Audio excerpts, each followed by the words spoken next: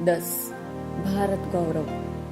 भारत गौरव पद्य के कवि मैथिली शरण गुप्त का जन्म सन 1886 में झांसी जिले में चिरगांव में हुआ था और निधन सन 1964 में हुआ था। भारत भारती, साकेत, पंचवटी, यशोधरा, विष्णुप्रिया आदि इनकी प्रमुख रचनाएं हैं।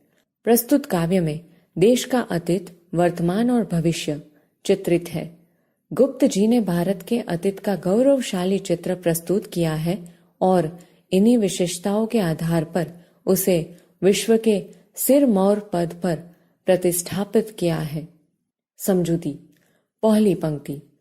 भूलोक का गौरव, प्रकृति का पुण्य लीला स्थल कहाँ, फैला मनोहर गिरी हिमालय और गंगा जल जहां, संपूर्ण देशों से अधिक किस देश का उत्कर्ष है, उसका की जो ऋषि भूमि है वह कौन, भारतवर्ष है।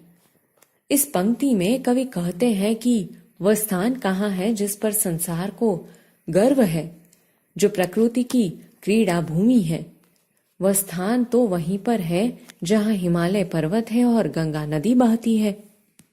दुनिया के सभी देशों में सबसे अधिक श्रेष्ठ देश कौन सा है? वह देश तो और कोई नहीं बल्कि यह तो ऋषि भूमि भारतवर्ष की है। दूसरी पंक्ति। हाँ, वृद्ध भारतवर्ष ही संसार का सिरमौर है। ऐसा पुरातन देश कोई विश्व में क्या और है? भगवान की भवभूतिया का यह प्रथम भंडार है।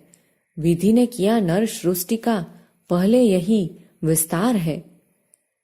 इस पंक्ति में कवि कहते हैं कि हाँ, यह बूढ़ा भारतवर्ष संसार का सर्वश्रेष्ठ देश है।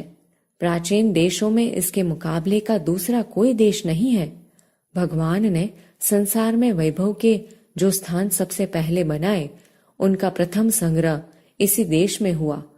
ब्रह्मा ने मानव सृष्टि का विस्तार भी यहीं से किया।